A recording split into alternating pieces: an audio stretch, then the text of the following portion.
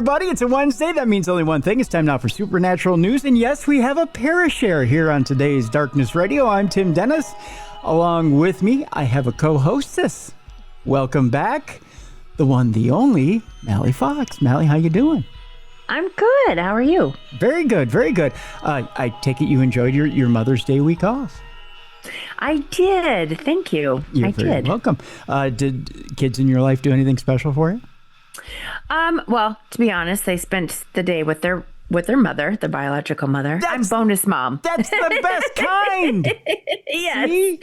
So they made me a card and everything, so that was lovely. Uh-huh. So yeah, so I worked on other stuff, so that was good. See, you had a nice, peaceful Mother's Day. I did. The exact type of Mother's Day you want. Yes, I got my antique mugs, so I was very happy. My China mugs, so I was good. Oh, it was perfect. See? Yeah. Well, that's good. That's what we want to hear. That's what we want to hear. Yeah. We're going to jump right into it today because we have a huge show today. Interesting alien news today. An unusual thing about... Do you have an iPhone or do you have Samsung? Samsung. Okay. All right. So this won't necessarily affect you, but I am holding in my grubby little paws an iPhone. Mm-hmm.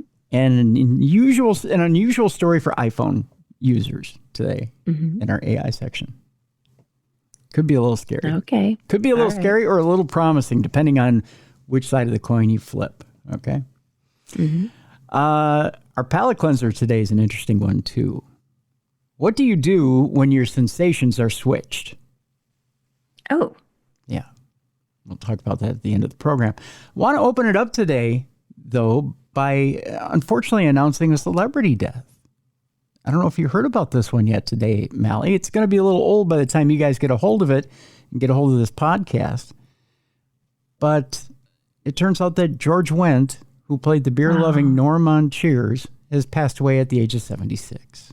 Yeah, sad. Yeah. Norm. Yeah. He was also, I don't know if you know this or not, but he was also the uncle of Jason Sudeikis from Saturday Night Live. I did not remember that. Yeah. Yeah.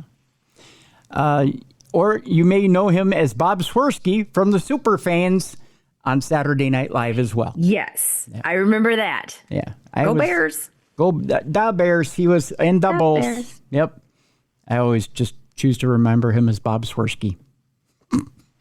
He was my favorite. That's right. So he has passed away. George Wendt did. He died peacefully in his sleep at home, according to his family. They confirmed that Thursday morning. It's kind of sad. It's good. I have kind of funny memories of the whole George Wendt thing because when my dad was more heavier set, he was an exact twin for George Wendt. So, oh, really? Yeah. Down to the curlier hair and everything. Uh-huh. So, yeah. There were other roles for George. He wasn't just Norm and he wasn't just Bob Swirsky. He also, if you remember right, was in the Black or White video from Michael Jackson playing Macaulay Culkin's dad. Do you remember that? I did not remember that either. Yeah, yeah. Like we said, his nephew Jason Sudeikis is one of his survivors. He was the only son of one of his 6 sisters. Interesting fact. Yeah, it's man. Interesting stuff. He received Emmy nominations for Outstanding Supporting Actor in a Comedy Series for 6 consecutive years, from 84 to 89, from the 2nd season to the 7th, but lost out to Pat Harrington Jr. of One Day at a Time and to John Larroquette of Night Court from 85 to 88, and to castmate Woody Harrelson in 89. Mm-hmm. So, he's going to be missed. Yeah. It's I don't get shook by too many deaths. I don't know why this one kind of rattles me a little bit, but it does. I hate seeing comedians go. I guess comedians to me it's sad when I see a comedian go, because comedians to me bring a lot of light and laughter into our world, and it's even though they tend to be more a little more sad behind the scenes. It's just, to me, it's kind of sad when comedians leave us. So, but there's a really funny picture of him in drag here. Nice. Do you want to see it?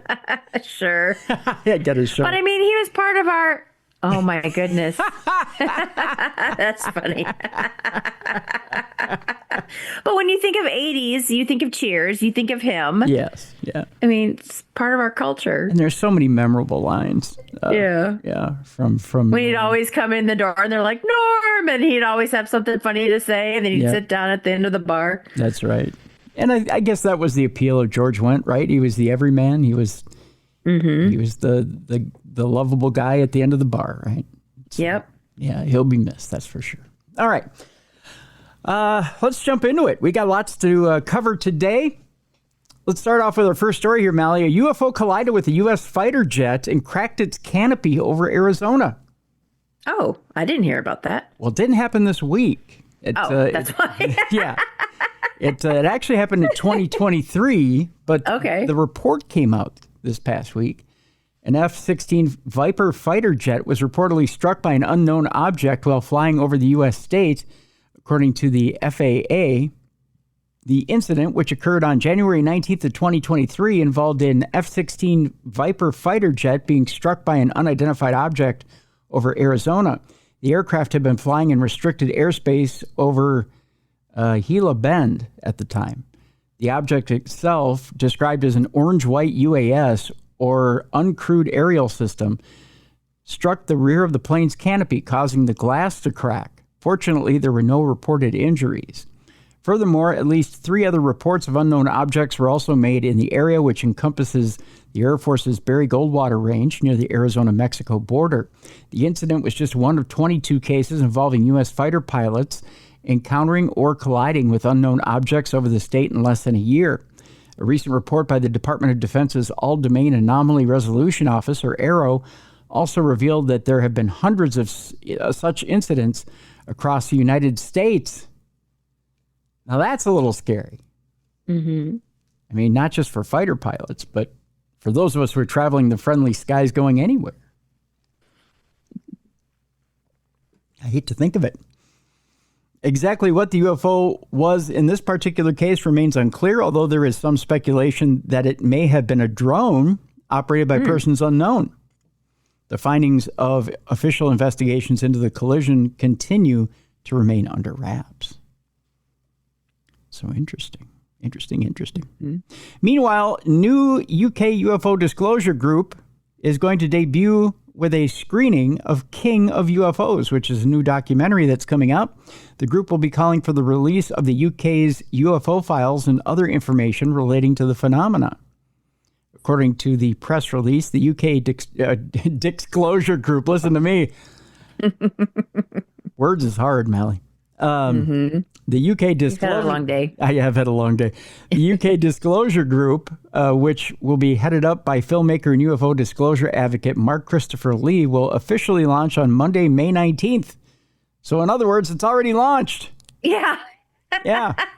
They didn't do very well with their advertising. No, they didn't, no. They launched Monday at the Karma Sanctum Hotel in Soho, London. We are not dealing with science fiction. We are dealing with real events, real sightings, and real security implications, said Lee. The UK is falling behind the US when it comes to open dialogue and transparency. We must create an independent, safe platform for whistleblowers in the UK to share what they know without fear of ridicule or reprisal. Remarkably, the group is hoping to recruit singer and UFO enthusiast Robbie Williams to be its figurehead. I don't think they're going to have much of a problem there. I'm just saying. Unless he demands a big paycheck. Well, then they're going to have a problem there. Yes. Right. Robbie has been a champion for a long time for taking the UFO topic seriously, said Lee. He has both the courage and the cultural influence to help shift the conversation from the margins into the mainstream. We believe his involvement could truly be historic. The group's debut will also feature, or it did feature, a screening of Lee's popular documentary, King of UFOs, which looks into the royal family's connection to the phenomena. I tell you what, there's a trailer for the King of UFOs documentary, so I'll post this in the description of this program so you can watch that trailer for yourselves. You can decide if you want to check the documentary out. Well, hopefully they had a big turnout. Yeah, I hope so too. Whether Robbie Williams showed or not, I don't know. Yeah. But let's hope he showed up too. So there it is. I think he's one of those stars that claimed that they had sex with a ghost. Yes, I think he did. Yeah, I think you're right. In one of the 13 million stories we've done on Robbie Williams, I believe that was one of them. Yeah. Yeah, he's accomplished a lot in the supernatural realm in his days. Yeah. Probably. And I think on MTV Cribs, I think he was staying at Jane Seymour's castle and he claimed it was his. It was his? He claimed that her house was his for MTV Cribs. Oh, in other words, he was lying about the fact that it was his. Yes. Yeah. Oh, I thought maybe you meant it was his in a past life or something. Oh, no. Oh, okay. It was her castle, but he claimed it was his. Oh, but he said it was his. For MTV Cribs, yeah. Yeah, rock stars do that a lot, don't they? Just for the sake of a TV program, they'll be like, come into my house. And it's like, no, it's not your house. It was actually a royal castle. Yeah. But nice try, bud. Right? Yep. Yeah. Well, Mallie, something appears to be moving beneath the surface of Venus. Okay. And scientists now believe that the subsurface of Venus might be a lot more active than previously thought, with surface temperatures exceeding 860 degrees and crushing atmospheric pressures that are more than 100 times those found on our own planet. Yikes. Those conditions on Venus are undeniably hellish. Well, I think we found a new place for Satan.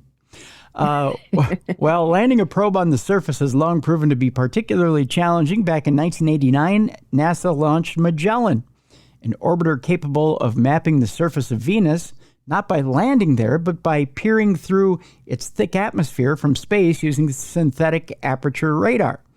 Now, more than 30 years later, scientists have discovered something in Magellan's data that could upend everything we know about both the surface of Venus and what lies beneath it. Unlike the Earth, Venus doesn't have plate tectonics, but peculiar deformations known as corneae visible on its surface, and have now suggested that there is some sort of subsurface movement going on. Corneae are not found on Earth today. However, they might have existed when our planet was young and before plate tectonics had been established, said study lead author, I believe this is Gail Cascioli. By combining gravity and topography data, pardon me, this research has also provided a new and important insight into the possible subsurface processes currently shaping the surface of Venus. It's hoped that NASA's upcoming Veritas mission, which will launch in 2031, will help to provide the missing pieces of the puzzle in explaining exactly what's going on beneath the planet's surface. You know what I think's going on?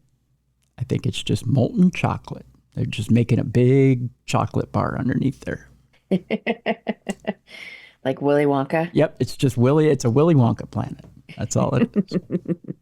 You know why? Because I know nothing about space. With all the stories you've reported, you still know nothing. I still know nothing. And that's my 2 cents. I actually have a couple of stories. Interestingly enough, this past week, before as I was prepping the newscast, I'm not going to name the person because that's amateur hour. But we had an interesting discussion on my social media. A young man came forward and challenged a few people on my social media.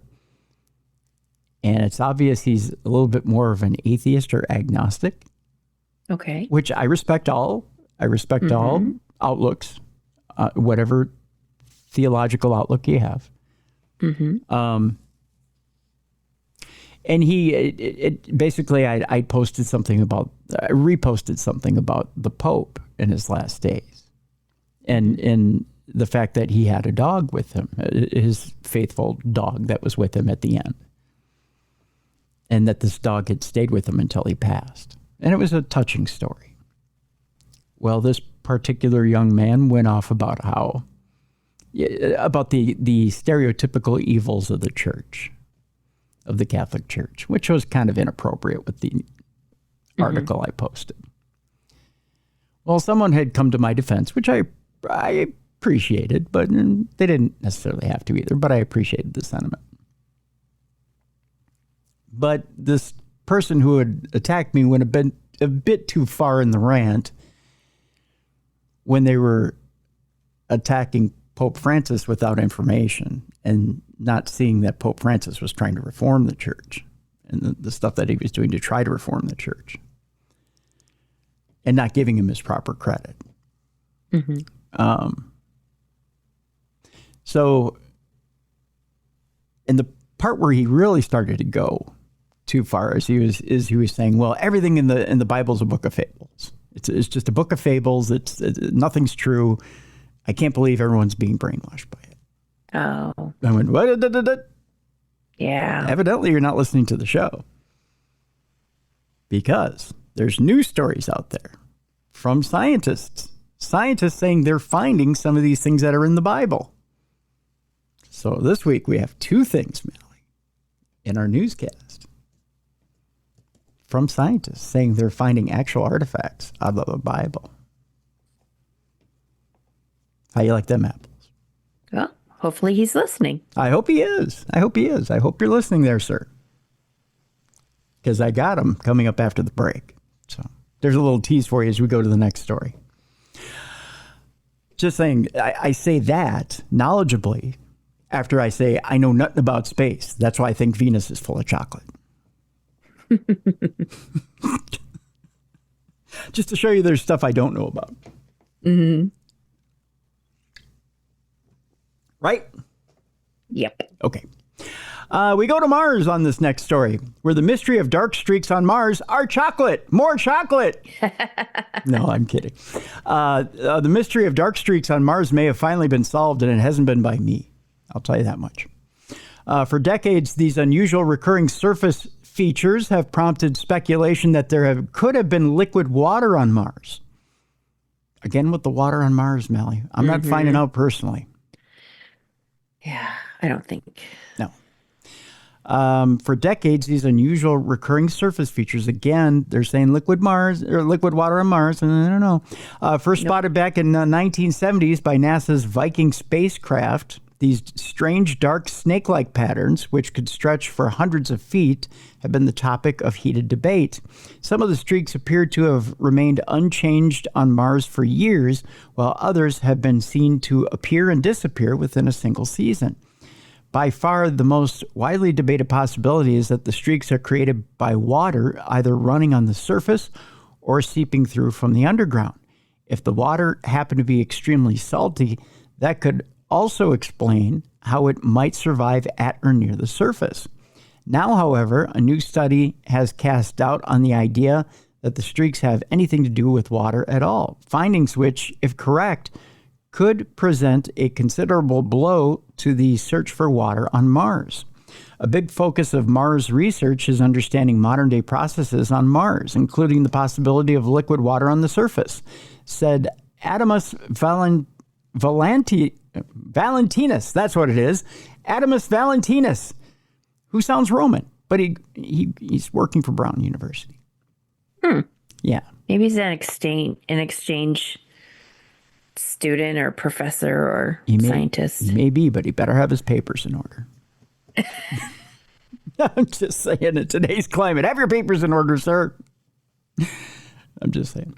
Our study reviewed these features, but found no evidence of water. Our model favors dry formation processes, he went on to say.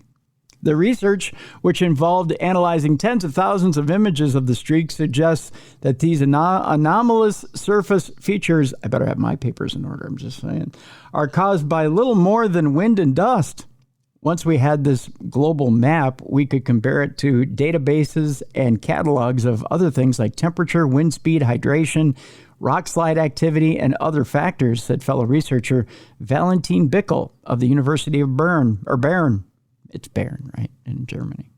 Yeah. Then we could look for correlations across hundreds of thousands of cases to better understand the conditions under which these form. Okay, dry riverbeds, I could see it, but why not just rock formations? And why didn't someone else come up with this idea? So you're telling me that just now someone came up with this idea? Why didn't they come up with this suggestion years and years ago? Probably because we had better telescopes with better pictures. You know, because the pictures are kind of fuzzy back in the days of Hubble. But now you're getting sharper, crisper pictures. Yeah. Just saying. Yeah. All right. I think this is the... second to the last. You're going to love this last story in the interstellar news. Okay. Oh, we're second to last. Okay. I think actually we reported on the last one before, but it's worth a rehash. All right. Okay. Hundreds of UFO fans are gathering on the English seafront for witnesses, for people to witness, or these fans to witness, a fleet of spacecraft. I know I didn't read that properly, but hey, follow me if you will. The prediction of the founder of a global UFO organization prompted crowds to gather in anticipation of a quote-unquote visit. See my air quotes here, Mel? A visit. Anyone who happened to have been walking along the seafront in Eastbourne, England on the evening of May 10th would have no doubt run into a large crowd of people, all staring expectantly at the sky. The atmosphere was a bit like that of a festival, with music blaring from speakers and people chatting excitedly about what they hoped that they would witness within the next few hours. It turned out that the gathering was all to do with a prediction given by Danny Henderson of the Galactic Informers Spiritual Connection, or GSIC, which is an organization founded to prove the existence of our off-world ET brothers and sisters. You ever made a phone call to them, Mel? No, I have not. No? I think it's like 99 cents a minute. And they give you all the predictions you can handle. In a video last week, Henderson had suggested that Eastbourne would be the site of a major sighting. Did you know there's a fleet of spacecraft flying over Eastbourne Beach on May 10th, 2025 at 8 p.m. at night, she said, with urging people to come in their millions. Boy, if I had millions to come into it, I tell you, I'd do it right now. I'm guaranteeing at least 2 real spacecraft, she said. So what did the crowd see when they gathered at Eastbourne on that time and date, Mallie? What did they see? Nothing. Boy, it was like you were there on the beach. I'm just so used to being let down. Oh, don't say that. No, I'm going to be sad for you. Just one time. I want one of these stories where something actually happens. Well, they didn't see a lot, as it turns out. Okay. There were a couple of flashing lights in the sky around 1.5 hours later, but that was about it. Was it a plane? Probably. Exactly why Henderson believed so strongly that something would happen remains unclear. Probably because her little ET angels came to her and were like, there will be something in the sky. She was like, liar! And then they got together, had tea, and had a good time. But yeah, you're right. Not much anything happened. It was just another hoaxes. Yeah. Yeah. Well, hopefully they still had fun. Yeah. I hope they did too. All right, we're going to go to Tampa, Florida. Do you remember this place? Okay. Do I remember this place? Yeah. No. No? Okay. I'm going to tell you a little bit about this place. This is our last story before the break. There are 2 Futuro houses left in Florida. The House of the Future. We're going to tell you how the House of the Future, which is a rare one at that, became a Body, Florida strip club. Oh. Yeah. Tampa's Futuro House is one of only 2 remaining in the state. Those driving along Dale Mabry Highway in Tampa may see an unusual sight. A UFO sitting on top of a local strip club. Okay. It's kind of fun. At least they're repurposing the building instead of tearing it down like they normally do. Yeah, exactly. But what these drivers may not know is that this UFO is one of only 2 Futuro houses that can be found in Florida. According to the Tampa Bay Times, the UFO atop that strip club, aptly dubbed 2001 Odyssey, was originally intended to be the house of the future. However, the creator didn't have nude women in mind when he conceived of these strange buildings. These prefabricated structures were rolled out by Finnish architect Matti Saarinen toward the end of the 1960s, around when the Apollo 11 mission landed on the moon. At the time, Saarinen was reportedly commissioned to create a mobile ski chalet. A ski chalet in Florida? He wasn't very good with geography. How are you going to keep the snow down? Something like a small vacation home that can endure harsh weather conditions. Oh, okay. So you can deal with. This is kind of what the outside of the building looks like during the day. It's kind of funky, isn't it? Mm-hmm. They have one of those at the Ford Museum. Oh yeah. Yeah, the House of the Future. It's round like that. It's kind of cool. That is cool. Fiberglass saucers were posited as an idea, and so these 12,000-pound Futuro houses were constructed and sold to buyers, either furnished or by shell alone. These small buildings measure around 500 square feet of living space, being supported by steel legs and with enough room to house 8 people for a night if needed. It does look kind of cool. I mean, here's what one looks like right here. Looks like a spaceship. It does, doesn't it? Mm-hmm. It's kind of cool. In addition, Futuro houses featured a retractable door hatch that could be operated at the push of a button. Oh, that would be sweet. I'm not going to lie. That's sweet. While the homes were sold in Finland initially, subsidiaries, time to change, time for me to go through second puberty, opened abroad to bring these Futuro houses to new lands, including one in Florida. Shortly after the homes were introduced to the market, mobile home salesman Jerry DeLong opened Futuro of Florida in Clearwater, which is at what now is a local branch for Grow Financial Credit Union. Unfortunately for DeLong, the homes didn't quite take off with consumers, and the company responsible for producing American Futuro homes went out of business in 1975. While not overly popular, a few of them did sell, such as was the case with Gwendolyn Zerby, a woman in her 70s who was looking for a home that kept her safe and she didn't need much maintenance. The Futuro's retractable door was advertised as burglar-proof. And its curved fiberglass walls could supposedly protect her from winds up to 200 miles per hour, according to the Tampa Bay Times. The house became a popular attraction among passerbys, with some reports recounting that traffic would slow along the street while driving past the strange home. However, Zerby died in 1979, and it was later abandoned before the city could scrap it. But that leaves the burning question, how did another one of these strange UFOs get atop of the 2001 Odyssey? Well, according to management at the club, the UFO was already there when Pasquale Matazzini, the owner of several other Tampa bars, bought the place.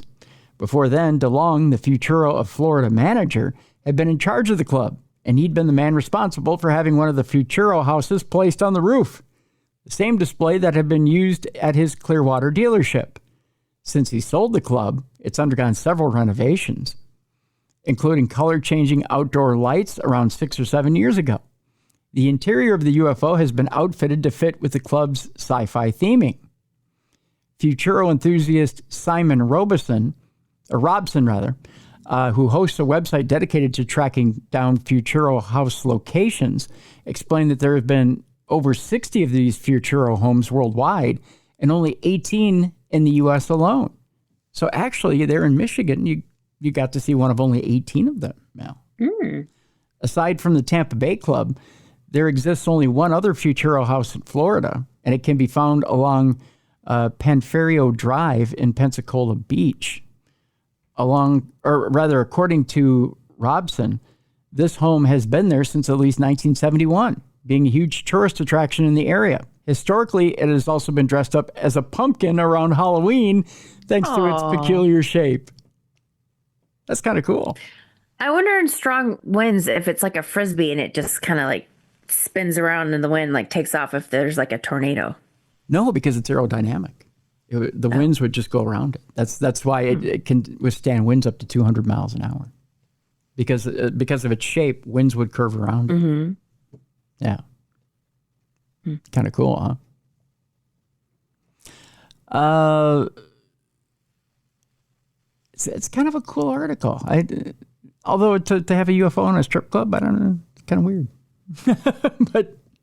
but different. I mean, to have a sci-fi strip club, hey, takes all kinds, right? All right, we're going to take our break here. When we come back, Apple wants to read your mind. We'll talk about it in the AI news. Also coming up, we're going to talk about the most sent-in story of the week. And that's this. We all emit a glow around our bodies, and it vanishes when we die. We'll talk about what that glow around our bodies really is. That's coming up when we come back. We're going to meet the tattoo minister who wards off demons in his Times Square parlor. That'll be quite interesting, I think. And our palate cleanser for today has to do with sensations and a man who's reversed those sensations in his own body. I'll explain more when we come back. And we have your Parashare today. We've got a Parashare from Tasha. It's coming up next, right here on a Supernatural News Wednesday and Parashare. Tim Dennis and Mallie Fox with you right here on the best in paranormal podcasting. This is Darkness Radio.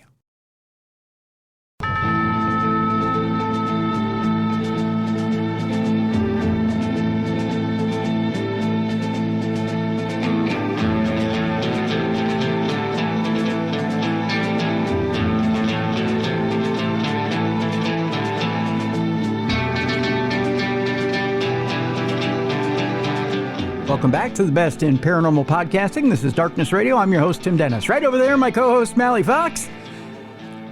Oh, Mallie. It's rainy, it's cold. It's definitely not making me happy. We're just getting right into it. What would you say, Mallie, if I told you... I know you said you had a Samsung phone, but I have an Apple and I have an iPhone. If I told you that I could open my phone with my mind? Well, I said go for it. You'd say I'm full of you-know-what, huh? I found this story this week that's a little disturbing. Okay. At least to me it is. You know, Elon Musk came up with the Neuralink. Where you have to put the electrodes on the brain in order to make things move on the screen. Apple has tapped Synchron to explore mind-controlled phone technology. I don't know that I want to be that intimate with my phone. Yeah. In a bold move that could redefine digital accessibility worldwide, Apple is reportedly working with brain-computer interface, or BCI company Synchron, to develop technology that allows users to control their iPhones and other Apple devices using their minds. The technology giant has ventured into exploring how neural signals captured by implanted devices can translate into screen inputs, significantly aiding users with severe physical disabilities, such as, I believe this is amyotrophic lateral sclerosis, or ALS, and spinal cord injuries. Now, see, that's helpful. Right. I could see that, but not just regular on the market for anybody to use. Initially reported by the Wall Street Journal on May 13th, this new initiative aligns Apple with the broader neurotech frontier, where billionaires such as Jeff Bezos, Elon Musk, and Bill Gates have recently focused their investments. While most of the technologies being driven by these players in the current tech environment are taking invasive roads into BCI that involves devices that are implanted within parts of the brain, competitors like Cognixion, Nudge, and BrainCo have opted for a less invasive approach, which Apple now also appears to be taking. Namely, Synchron's device, which is called the Stentrode. I even hate that. Stentrode means stent, like heart stent, like going in and blocking open an artery or vein, is implanted in blood vessels near the brain's motor cortex. Instead of drilling into the brain to insert electrodes for its BCI as Neuralink does with its technology known as the Link. Synchron's brain-computer interface, or BCI device, also known as the Stentrode, is a minimally invasive device that detects brain signals related to movement and tension. Kimberly Ha, communications lead at Synchron, previously told the debrief in a September 2024 email. The stent-like implant then decodes these brain signals and converts them into commands, enabling users to interact with digital devices without moving a muscle. The partnership with Apple and a BCI company like Synchron marks a historic first, which Kirk Hagstrom, chief commercial officer of Synchron, discussed with the debrief in an interview explaining how the partnership came about. The reality is Apple, have an amazing mission, and they have an accessibility team focused on making sure that people can live a fuller life, according to Hagstrom. He also expressed his admiration for the tech giant's similar mindset and goals. His quote is, "To be honest with you, it was like a breath of fresh air to meet these individuals that you're looking at. And we share the same thing. We share the same mission," Hagstrom said. And they basically said, how can we help? Currently, the technology is being tested as an accessibility feature on Apple devices. The company's existing switch control allows users to operate their mobile phone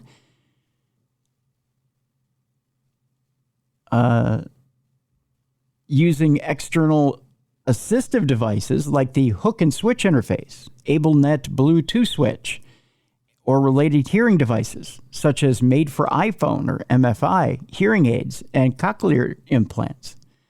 So it's not thinking like a mouse or keyboard, it's a BCI, Hagstrom told the debrief. I think that opens up a whole different realm of giving individuals more independence, more freedom, and more autonomy. At Apple, accessibility is part of our DNA, said Tim Cook, Apple CEO, in a statement, making technology for everyone is a priority for us all. And we're proud of the innovations that we're sharing this year. That includes tools to help people access crucial information, explore the world around them, and do what they love. Now, the application is being leveraged as the input pathway for Synchron's neural signals.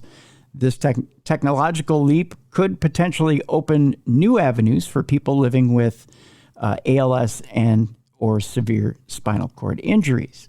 One early adopter of the technology, Mark Jackson, lives with ALS and has recently used the technology to explore a virtual alpine landscape via Apple's Vision Pro headset. Even more impressively, he is now learning to operate Apple devices, an iPhone and an iPad, using only his mind. While the interface is still in the early stages and slower than a touchscreen or mouse, it showcases the powerful potential of combining neural implants and the accessibility of Apple's features. It marks a historic first for this type of BCI integration. Interesting stuff. Mm-hmm. I'll give it that. All right. Now let's freak you out. Meanwhile, the headline on this one, Mallie, could gravity be evidence that we're living in a computer simulation? Have you ever believed that we've lived in a computer simulation ever? Nope. I never have. I've never bought that line. Nope. But there are some people that truly believe we do live in a computer simulation. Mm-hmm. That when we go to sleep and we're dreaming, that could be reality. But what we're living in is truly the simulation. Okay. Some scientists believe that gravity could be a sign that the world around us is not quite as it seems. According to Melvin M. Vopson, he says we have long taken it for granted that gravity is one of the basic forces of nature, one of the invisible threats that keeps the universe stitched together. But suppose that that's not true. Suppose the law of gravity is simply an echo of something more fundamental, a byproduct of the universe operating under a computer-like code. That's the premise of his latest research, Melvin Vopson's, which is published in the journal AIP Advances. It suggests that gravity is not a mysterious force that attracts objects towards one another, but the product of an informational law of nature that he calls the second law of infodynamics. It's a notion that seems like science fiction, but one that is based in physics and evidence that the universe appears to be operating suspiciously like a computer simulation. In digital technologies, right down to the apps in your phone in the world of cyberspace, efficiency is the key. Computers compact and restructure their data all the time to save memory and computer power. Maybe the same is taking place all over the universe. Information theory, the mathematical study of the quantification, storage, and communication of information, may help us understand what's going on. Originally developed by mathematician Claude Shannon, it has become increasingly popular in physics and is used in a growing range of research areas. In a 2023 paper, he used information theory to propose his second law of infodynamics. That stipulates that information entropy, or the level of information disorganization, will have to reduce or stay static within any given closed information system. This is the opposite of the popular second law of thermodynamics, which dictates that physical entropy or disorder always increases. So the one other example I'll give you here, if you take a cooling cup of coffee, energy flows from hot to cold until the temperature of the coffee is the same as the temperature of the room, or its energy is minimum, a state called thermal equilibrium. The entropy of the system is a maximum at this point, with all the molecules maximally spread out, having the same energy. What that means is that the speed of the energies per molecule in the liquid is reduced. If one considers the information content of each molecule based on its energy, then at the start, in the hot cup of coffee, the information entropy is maximum, and at the equilibrium, the information entropy is minimum. That's because almost all molecules are at the same energy level, becoming identical characters in an informational message. So the spread of different energies available is reduced when there's thermal equilibrium. I won't confuse you anymore. Thank you. I swear I won't. I will just put it this way. I will put the rest of this article up in the description of the program if you want to learn more about whether you're in a computer simulation or not. I don't think we are. I don't either. I'm starting to see where this guy is coming from as I read further. But you got to take the long road in order to think that we are. I get where he's going, but okay. But I don't think we are. I'll just stay in my happy bubble. Thank you. Okay, we'll let Mallie stay in her happy bubble. All right, we'll move on to your. You want to move on to your haunted happy bubble? Yes, please. Okay, we'll move on to your haunted happy bubble now. England's most haunted village. Oh, you know what? We have a Parashare though. Do you want to do the Parashare? No. Yeah, let's do the Parashare. No, you know what? I want to tie it. I want to tie it into a different story. Let's do this one first. Okay. England's most haunted village locals fear the hanging schoolmaster and screaming man ghosts. Let's get scary first. You want to do that? Yeah, but this sounds familiar. Like we already talked about it. The most haunted village. We always talk the most haunted village every week. Okay, everyone claims it. It's their badge of honor. Yeah, everyone has the most haunted village. Okay. Yeah. Pluckley has been known as the most haunted village in England for more than 70 years, but locals fear ghostly figures, including the screaming man of the clay pit. In fact, I think MJ Dixon has talked about this before. Yeah, but I remember we talked about a clay pit, the screaming man of the clay pit. I'm sure we have in different news stories. Okay. Yeah. A university academic has uncovered the origins behind the mysterious reputation of what is often called the most haunted village in England, Pluckley, Kent. It's said to be home to over a dozen ghosts, and for more than 70 years has held the title of England's spookiest village.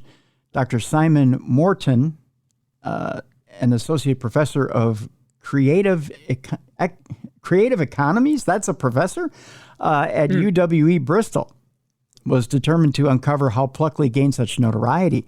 Ghostly figures like the hanging schoolmaster and the screaming man of the clay pit are said to haunt the village.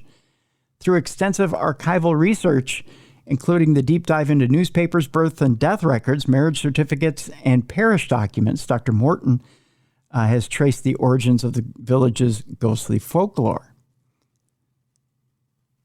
I've been captivated by Pluckley's ghost story since my childhood, Dr. Morton explained. My late father's ancestors came from the village, so this research has been both personal and professional for me. Along the way, I even discovered that one of the ghosts, a distant relative, Sarah Sharp, is the watercress lady. Pluckley. Ooh, that's cool. Yeah, it is. Pluckley, located on the north edge of I believe this is the Weald, between Maidstone and Ashford, was an Anglo-Saxon settlement and is home to several historic buildings, including a 14th century church. The village gained wider fame in the 1990s when it served as the setting for the TV adaptation of H.E. Bates' novel, The Darling Buds of May, starring David Jason and Pam Ferris. Here we go. Stories froze up a little bit there. There we go. While the village is rumored to be home to anywhere from 10 to 17 ghosts, its claims to be the most haunted, was first made in 1950 and later bolstered by a mention in the 1989 Guinness Book of World Records. Storytelling is a fundamental human activity, and whether or not you believe in ghosts, Pluckley's reputation shows just how fascinated we are by tales with a spooky twist, Dr. Morton said. What's exciting about this research is how one individual passionate about ghost stories managed to shape the identity of an entire village through his storytelling. Dr. Morton's findings show that 10 of Pluckley's ghost stories were initially recorded by local man Frederick Sanders. Sanders was an avid ghost hunter and documented these tales in self-published books, letters to the local press, and ghost hunts. At least 4 of these ghost stories can be traced to real historical events. Sarah Sharp, who died tragically in a fire in August of 1911, became known as the Watercress Woman. Mary Ann Bennett, who took her own life in 1862, became the Lady of Rose Court. Richard Bridgeland, who died in an accident at the Pluckley Brick and Tile Works Quarry in 1899, is remembered as the Screaming Man of the Clay Pit. And finally, Henry Edgar Martin, a papermaker who took his own life in August of 1919, became known as the Hanging Schoolmaster.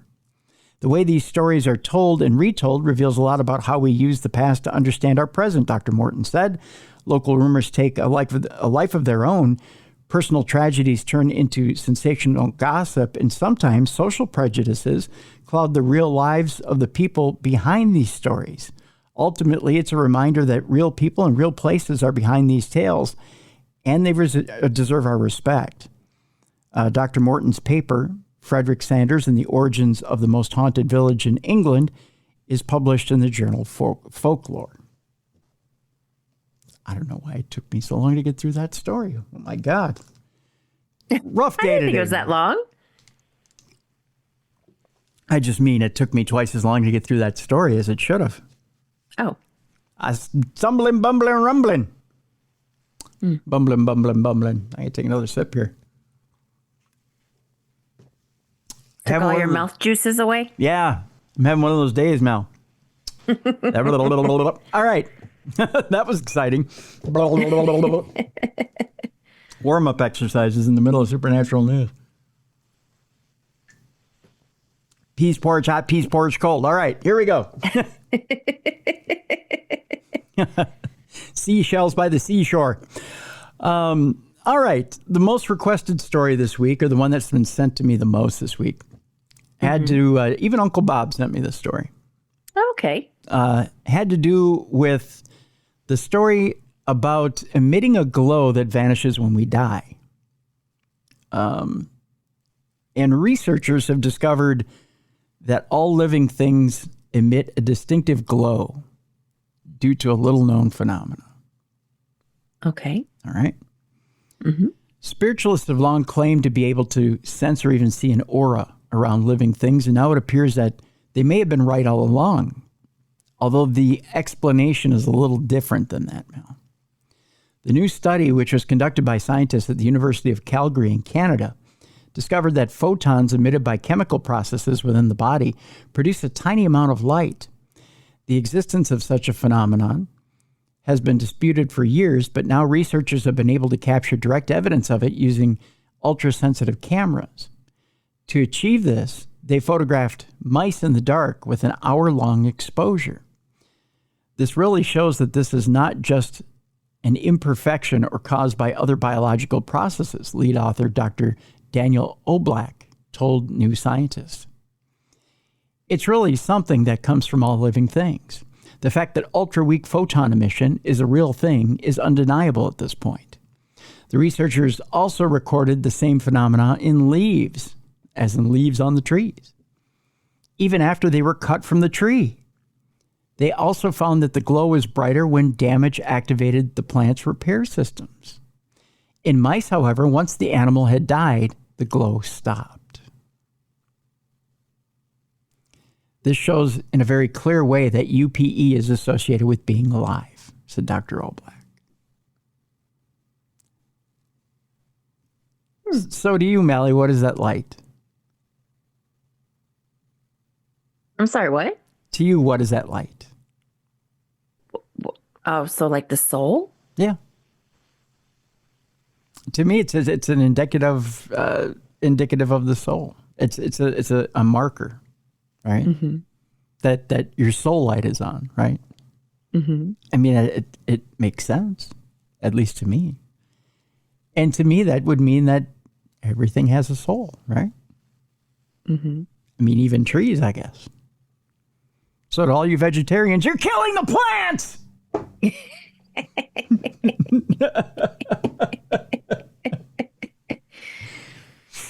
I just had to get that one in. Can you hear the grass screaming right now as you're mowing it? It's like that one movie with Marky Mark where the trees, remember the trees were kind of talking to humans and then the humans would kill themselves. Remember that movie? No, I don't think I saw it. Yeah, and it had... which movie was that? What's her name? Zoe Deschanel or whatever? Yeah, Zoe Deschanel. Yeah, and it was somehow like the earth, like the air and the trees and the grass and everything. It was basically like it communicated with people and the people would kill themselves. Well, that's true. It was a movie. I forget what it's called. I don't think I saw it. But yeah. So they were like trying to get out of the city. I'll find it. Yeah. Well, it probably helps if I take my phone off of airplane mode. Yeah. But yeah, it's what was it called? I don't seem to remember that one. Yeah. It's just on recently too. I don't think so. I remember that one.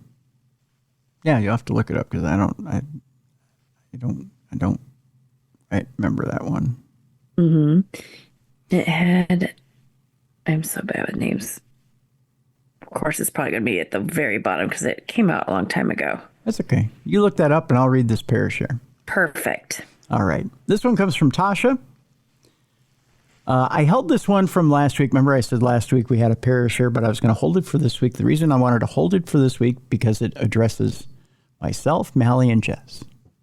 Okay. And I found the name of it. So after Parashare, oh, go ahead. I can tell you right. Tell me. It's called The Happening. It was the M. Night I always say Shyamalan. Shyamalama Ding Dong? Yeah, it was that one. Yeah. It was the... I don't have my glasses, so I can't read it. Okay. It was the threat to humanity arrives out of the clear blue sky with a series of violent death spread. I'm holding the phone as far away from my eyeballs so I can't read. Okay. But yeah, it was about, you'll have to read it. But anyway, it's, yeah, where they go into the farmland. But the trees talk and they make you do crazy things. Like the air and the trees. Huh. And it makes you kill yourself when you hear it. Sounds like Prozac time. I know I'm not giving the movie justice. I liked it. But okay. Yeah, you didn't want the trees to like know you're there. All right. And the wind and the, yeah. Probably a good reason I skipped that one. I'm not doing the movie a good job, but yeah. Huh. Things are alive. Yeah, well, they are. Well, now science says they are because they all emit a soul glow.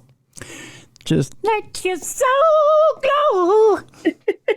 When we get off air, though, look it up and read it, and then it'll make sense to you. Okay. What's the movie again? The Happening. The Happening. Okay. Uh-huh. I'll read it on IMDb. I don't know if I'll watch it, but I'll read this description. Yeah, at least read it. Okay. But yeah, it's nature killing humans. Yeah, they're already doing that. They're killing my bank account with the amount of feed and seed I go and buy.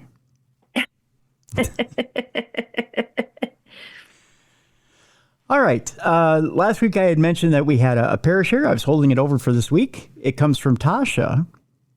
And it reads, "Hi, Tim, Mallie, and Jess. I've gone back and forth about sending this short story along because I'm honestly not 100% sure if this is paranormal. And that's okay. It doesn't necessarily have to be paranormal if you want to share a story with us. A coincidence or in a weird way, wishful thinking, but here's my story. My grandparents were married for 75 years when my papa passed away. Oh. My nan can be expected, or how does it? My nan, as can be expected, was so heartbroken and really had a hard time with his passing. My grandmother, who was 91 when he passed, said she had a dream that my papa would come and get her when she was 94 years old. As the years passed, my grandmother's health began to decline, which is expected at her age, but overall she was doing pretty good. 3 days before her 94th birthday, we got a call that we should, as a family, be with her as her health suddenly took a turn for the worse. We stayed with her and talked to her throughout the night, and the next day, 2 days before her 94th birthday, she passed peacefully while I held her hand and told her to go to Papa. Even though she was technically 93, as a family, we truly believe Papa came and got her so she wouldn't have to celebrate another birthday without him. I really don't know that this is a case of our family connecting dots and wishful thinking, but Nan always said when she turned 94, Papa would come for her. I like to believe his soul was present that day, and they walked into the light together. It gives me hope that there's truly an afterlife. As always, thank you for the show. It's a major highlight in my week. I'm currently 20 weeks pregnant. That was as of the writing. She's probably 21 or 22 weeks pregnant now. Congratulations. Yeah. And I hold the phone to my belly so the baby can listen to your show too. So hi to the baby. Mm-hmm. Hello, baby. Yeah. No doubt the baby will think y'all are family and will recognize your voices. Aww. LOL. Tasha. Well, Tasha, we say congratulations. Mm-hmm. And name the baby Mallie if it's a girl, or Jess, one or the other. Or Jessica Mallie or Mallie Jessica. You incorporate both names. No pressure. And hi to you, hi to the baby. And the reason I read this after that particular story about the soul glow is because I believe that's pure proof that there's an afterlife. So I'm pretty sure Papa and Nan are together. Yeah. And they're smiling on you as you deliver that baby. Mm-hmm. So there you go. There's your proof, Tasha. And thank you so much for writing in. And if you have a Parashare, it's real simple. You can write me just like Tasha did, tim@darknessradio.com. If you want to send a voice note, you can do so by going to darknessradioshow.com, clicking on that blue button. You got 2 minutes to leave a voice note. If you need more time, just click on the blue button again, leave another 2-minute message and continue your story, or just keep banging that blue button until you got your story out. I'll stitch them all together. I'll put it here on the show. Or if you have a studio just like the one I'm sitting at here, make your own theater of the mind. Put some music, some sound effects in it. Use your voice. Send it in. I'll just review it, make sure it's good for air, and then we'll air it here on the show. All right? Okay, let's continue on. All right, now we're going to get a little more into the weeds with our supernatural news here, Mal. It's going to get a little heavy here. There's a hospice nurse that shared one comforting sign that someone is going to die within 4 weeks. How is that comforting? I know, right? You're like, comforting that you're going to die? That's not comforting. Visioning is often a great comfort to people who may be scared of death. visioning. You ready for this? Okay. Mm-hmm. It says here, death is the final mystery that we must all face, and it's natural to be scared about going through the process. Experts say a few things can help, including using our fear to live a purposeful life and even making jokes. See, gallows humor. We're doing it right here. One bit of good news is that we tend to get a little bit less afraid of death as we age, but in general, it helps to not shy away from death completely. Learning and talking about it is actually a good thing. Well, a new video by a hospice nurse shows an excellent reason for people to feel comfortable facing the unknown. Julie McFadden posts videos helping to demystify the dying process and bring comfort to people with a loved one in hospice care or who may be dying themselves. Her profile reads, helping understand death to live better and die better. McFadden is also the author of the best-selling book, Nothing to Fear. She says that when people began experiencing visions or different visions, it's a sign that they will be passing away within a few weeks. She says, here's one sign that someone is close to death that most people don't believe happens. Julie begins in her video. Usually a few weeks to a month before someone dies, if they're on hospice, they will start seeing dead loved ones, dead relatives, dead pets. This happens so often that we actually put it in our educational packets that we give to patients and their families when they come on hospice so that they aren't surprised or scared when it happens. She continues. The experience is called visioning. Although no one knows how or why it happens, it's common among all her patients. We don't know why it happens, but we see it in definitely more than half of our patients, she continues. People often believe that the visions are caused by a lack of oxygen to the brain. However, Julie says it isn't true because when it does happen, most people are alert and oriented and are at least a month from death, so they don't have low oxygen, she went on to say. It often involves relatives who come from the other side to let them know everything will be okay and encourage them to let go and pass away. People also experience being taken on journeys with loved ones or having sensory experiences from the past, such as smelling their grandmother's perfume or father's cigar. These visitors can also appear several at a time. Patients may report the room being feeling crowded, like they're being joined by many people at once. It's possible they may be visited by spirits or people they don't know, though that's less common. Christopher Kerr, a CEO at Hospice and Palliative Care, an organization that provides palliative care in Buffalo, New York, says that the relatives that often appear in these visions are people who are protected and comforted the people that appear in the visions are people who protected and comforted the dying parent when they were alive. So they may see a parent who nurtured them, but not one that they feared. Kerr has extensively studied the mysterious phenomena that happen when people die, but has no real explanation as to why the visioning experience happens. I've witnessed cases where what I was seeing was so profound and the meaning for the patient was so clear and precise that I almost felt like an intruder, he told BBC Brazil. And trying to decipher the etiology, the cause, seemed futile. I concluded that it was simply important to have reverence, that the fact that I could not explain the origin and process did not invalidate the experience for the patient. In a more in-depth video, hospice nurse Julie shares a real video of a dying woman's experience visioning, and it's extremely powerful. I tell you what, I'm going to post this in the description of the program so you can watch some of these videos from Nurse Julie so you can see some of the experiences. Again, experts agree that once your loved one begins experiencing these visions, it's likely that they're going to pass on in the next 3 to 4 weeks.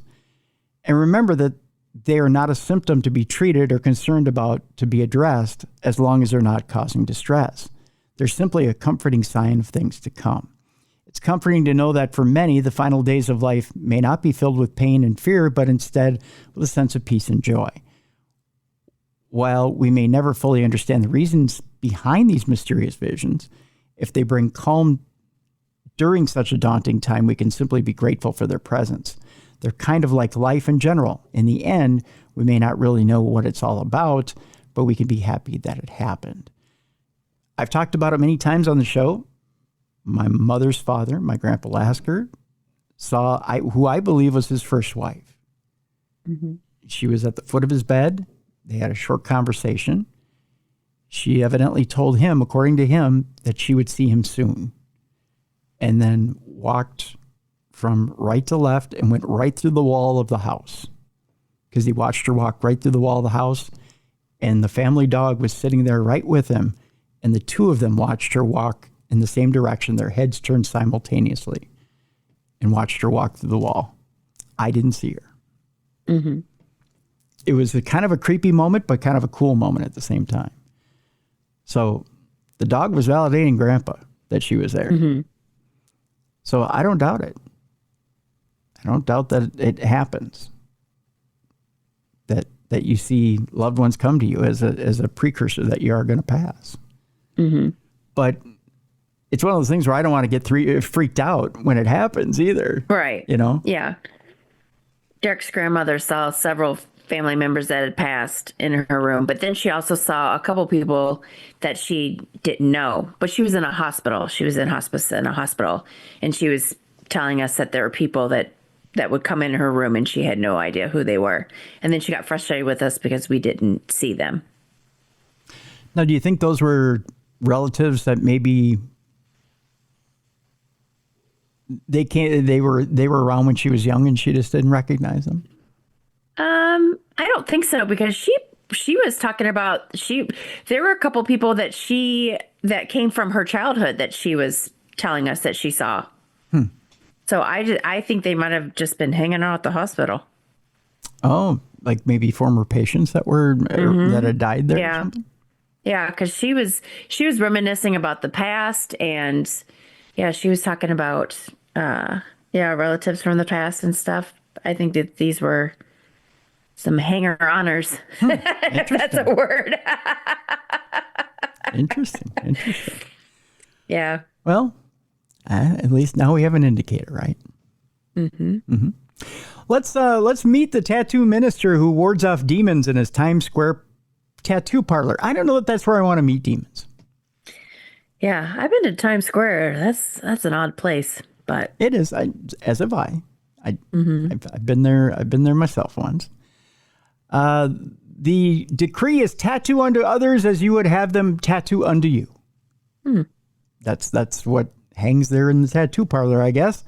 Tucked in a third-floor parlor above the bustling streets of Times Square lies the only tattoo ministry in the world, where artist Tommy Houlihan plays God, deciding what tattoos his customers are allowed to get and where they can get them. It's up to him? That's what Hell no. Where and what? I don't think so. He says one day God is going to say, why did you put this little demon next to this girl's pelvis? What am I going to say? For money? Houlihan told the Post. He's 55 years old, by the way. I have to answer. Put a Smurf on your ass or something. You know what I'm saying? That God told him. That's true. He says, I have to answer for it one day. Oh, so it's on his soul, not yours. Huh. The Lifelong Hell's Kitchen resident requires customers to keep it clean, only tattooing certain parts of the body while doling out G-rated images. What is wrong with me today? And miraculous medals to all who stop, hoping that the iconography will help his customers convert to the Catholic faith. Most visitors to the Manhattan shop accept the token willingly, but there are a few who refuse the tiny oval medal, including one woman who says she was possibly possessed. She started debating me and said, you Catholics in your cute little purgatory. All I could think is that this woman actually is manifesting that possession. She was under attack in some way and is showing through this, the tattoo artist said. What people don't know is that the ink of a tattoo not only punctures the flesh, but can invite demons to take over the soul, Houlihan had claimed. Do you think you can be possessed through a tattoo? I don't think so. I think that might be going a little far. That's why Houlihan refuses to take on any sacrilegious artwork, ranging from Ouija boards to angel numbers to inverted crosses and images of the Virgin Mary with her breasts exposed. That takes balls. What? I've never heard of anybody wanting a shirtless Virgin Mary on their body. Yeah. Maybe that might be a biker gang thing, but I don't. Yeah. Yeah. I've never seen a picture of that before. Neither have I. Some anime and fictional characters are even too disrespectful for Houlihan to ink. Harry Potter is absolutely satanic, for example, Houlihan claimed. Oh, Harry Potter? Oh, my goodness. Because of the location in the heart of the crossroads of the world, Houlihan typically deals with tourists looking to get some commemorative pieces of their trip to the Big Apple, rather than something more sinister. But there's still the issue of the placement of a requested tattoo, he said. It's not always about a satanic piece, but it's the intent, Houlihan said. Nothing wrong with getting a butterfly, but if she wants a butterfly fluttering above her pelvic area, I'm not doing it, he said to prospective female customers. As a tattoo artist for 3 decades, Houlihan previously inked plenty of impious artwork on clients, but had a literal come-to-Jesus moment roughly 3 years ago when he met Zechariah King, who claims to be a reformed satanic high wizard who left the occult after being instantly converted through the miraculous metal. That's when Houlihan, a lifelong Catholic, dove deeper into his faith and began handing out the same miraculous metal to everyone who walks through his shop's doors in hopes of changing more lives. At any given time, Houlihan might have Gregorian chants or a reading from the theologians over his shop speakers to ward off what he calls evil spirits and demons.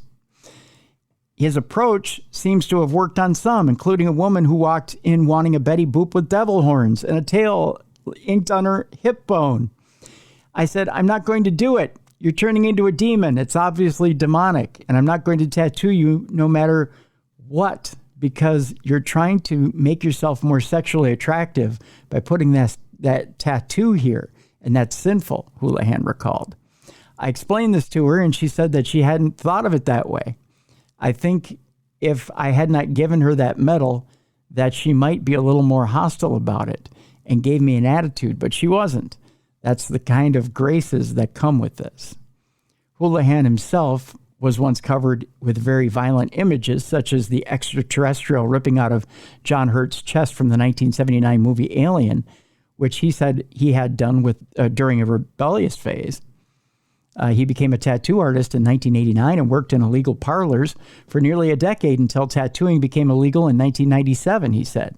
Houlihan believes that tattooing itself isn't sinful, but that the community is a den of vipers riddled with an affinity for the dark and violent, not violet, but violent, which he hopes to be a counter to. He said an exorcist once lauded him by saying, "You're the anti-venom." So there you go. All right. Let's see. Got time for a couple more here. Our next story is an odd one.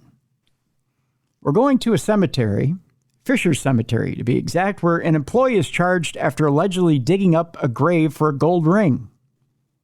24-year-old Seth Davidson allegedly told police he recently buried an urn with a gold ring in it and couldn't stop thinking about it.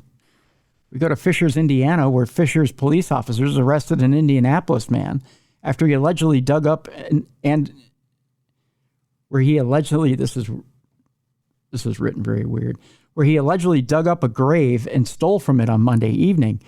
Late in the evening on May 12th, officers were conducting routine patrols near Oaklawn Memorial Gardens at 9700 Allisonville Road. Officers said they saw a suspicious car in the area. While nobody was in the car, police said officers saw a shotgun and paraphernalia. While investigating the car, police said a man, later identified as 24-year-old Seth Davidson, showed up from the nearby wooded area, covered in dirt from head to toe, and told officers that was his car. Davidson allegedly told officers that he worked at Oaklawn Memorial Gardens and had recently buried an urn that had a gold ring in it. According to police, Davidson said he couldn't stop thinking about the ring, so he decided to dig it up and pawn it. When he saw officers approaching his car, Davidson allegedly hid the ring but behind a dumpster, later showing the officers where he hid it, as well as showing them the grave that he dug up.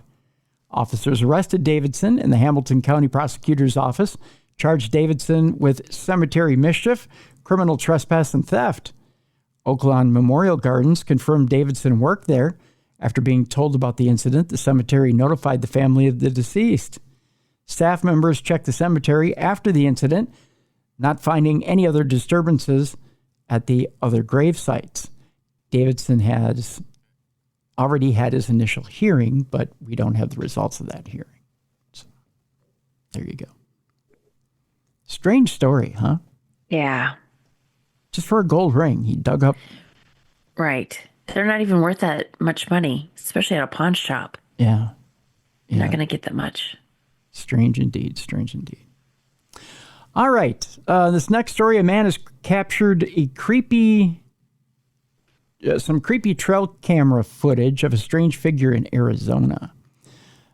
Someone or something was seemingly lurking in a remote drainage ditch in the early hours of the morning. A couple of months back, Danny Pusher of Fort Apache, Arizona, posted on Facebook to report that he had spotted something strange on trail camera footage recorded near to his home. He had set up the camera to see if he could capture anything unusual after hearing a peculiar howling or crying noise coming from the darkness at around 5 a.m. a couple of days earlier. Sure enough, when he checked back on the footage, he had spotted a strange figure that seemed to have been walking alone along a drainage ditch at 2:22 a.m. in the morning. Spooked by the sighting, he posted the footage up online to get a second opinion. At 2:22 a.m. this early morning, the trail cam caught something walking in the drainage ditch. Not sure if it's a skinwalker, Bigfoot, or someone else walking in the drainage alone at 2:22 a.m., he wrote.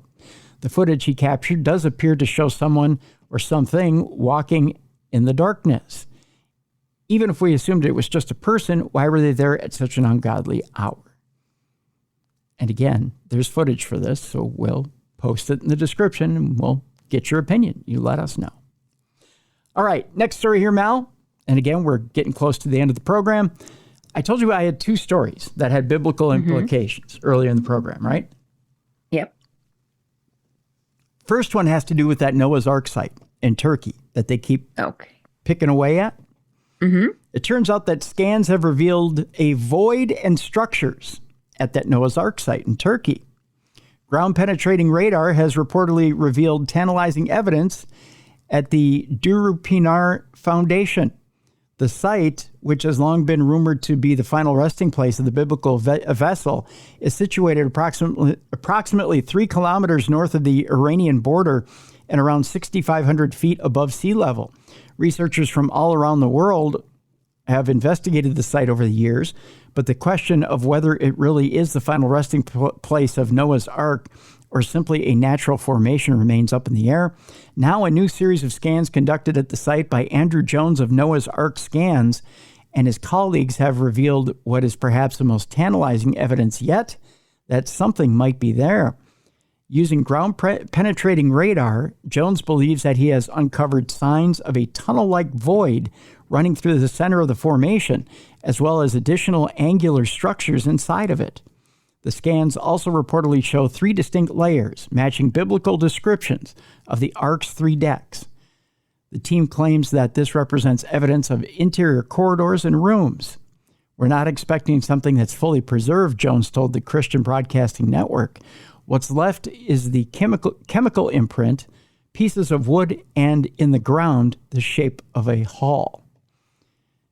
The findings are not what you'd expect to see if the site were simply a solid block of rock or the result of a random mudflow debris, but it is exactly what you'd expect to find if this were a man-made boat consistent with the biblical specifications of Noah's Ark.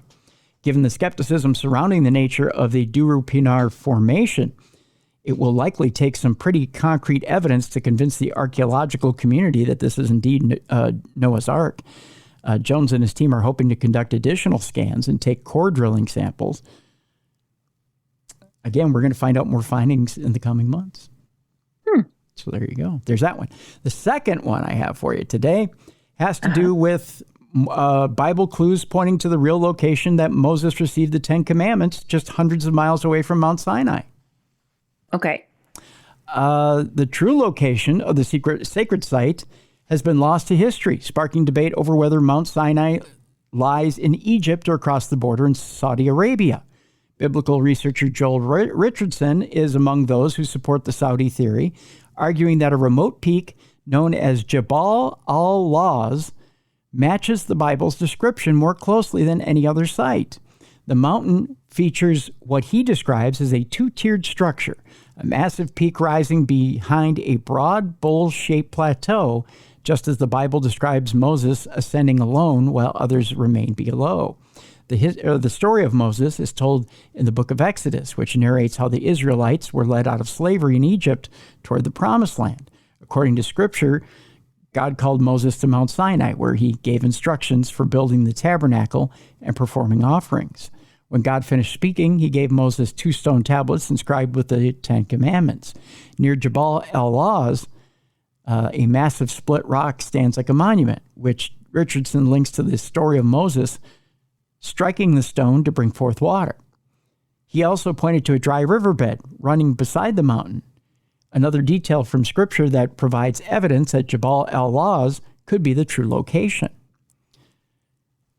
Richardson's view on the location, however, is among the minority. Most researchers are sure that Mount Sinai is in Egypt's Sinai Peninsula, because the biblical description of the Israelites' journey through the wilderness aligns closely with that region. So there's some debate there. But again, that continues. But this particular researcher believes that that's where that location is located.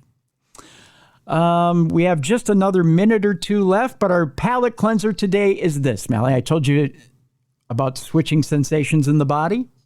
Yeah. There's a man who has an unexplained illness that sees him feeling cold and heat sensations in reverse. Okay. The 22-year-old who hails from Australia is suffering from a mystery ailment that doctors have been unable to explain. Aidan McManus first began experiencing odd symptoms when he was still in high school at the age of 17, starting with inexplicable swelling and numbness in his feet. Things got quickly worse when his symptoms expanded to include the unbearable sensation that he was walking on sharp tacks every time he stood up.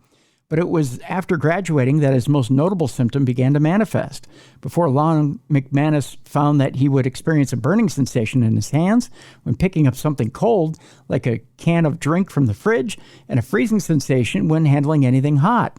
This unfortunate malady also means that he has to be very careful not to burn himself when picking up something scalding hot, as to him, it simply feels cold, like handling an ice cube. For obvious reasons, he can't cook, said his mother.